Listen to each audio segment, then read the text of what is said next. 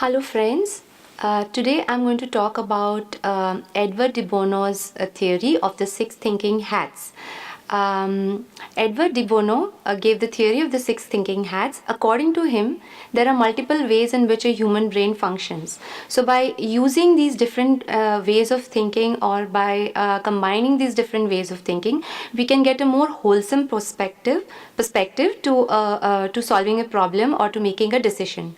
The six thinking hats are represented by six colors: blue, white, red, yellow and green. Putting on and taking off a hat is symbolic of switching to a different mode of thinking. So let us start.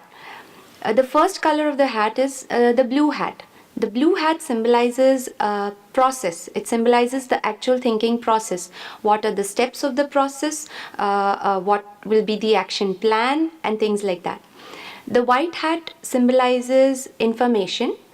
It covers anything that we know about the problem, data, facts, figures, or any other information that is available to us. The yellow hat symbolizes positivity. It has to do with everything positive related to the outcome of this problem or this decision. The red hat symbolizes emotion. Especially emotions like fear or anger, which are related to the problem or which are related to the decision outcome, but there is no real explanation for the way people feel in a particular way.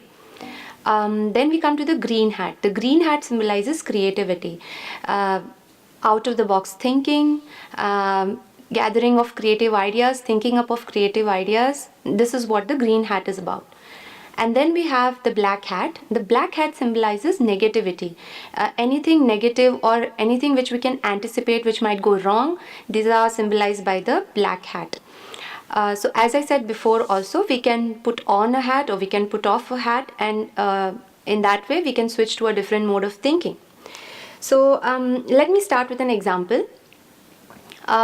If you're a teacher or an educator, you would probably be faced by a different kind of a problem in the class, multiple kinds of problems in the class. So let's take the example of a particular problem. Say for example, we have a student who is having a lot of absences. He's not regular in attending school, and as his teacher, you would like to solve this problem. So how would you approach it using the six thinking hats? So let us say we start with the white hat. We gather information or data regarding the student or regarding this situation. How many absences does he have in a week? How many absences does he have in a month? What kind of background does he come from? Are his parents going to be cooperative? These are all kinds of information that we will gather about the child. The second cap can be the blue hat. So the blue hat will symbolize how we will what are the steps in the process that we will undergo when we are solving this problem. So for example, what steps as a teacher will you take first? How will you plan the process of solving this problem, etc. The next cap is the yellow hat. So the yellow hat symbolizes the positivity related to this outcome.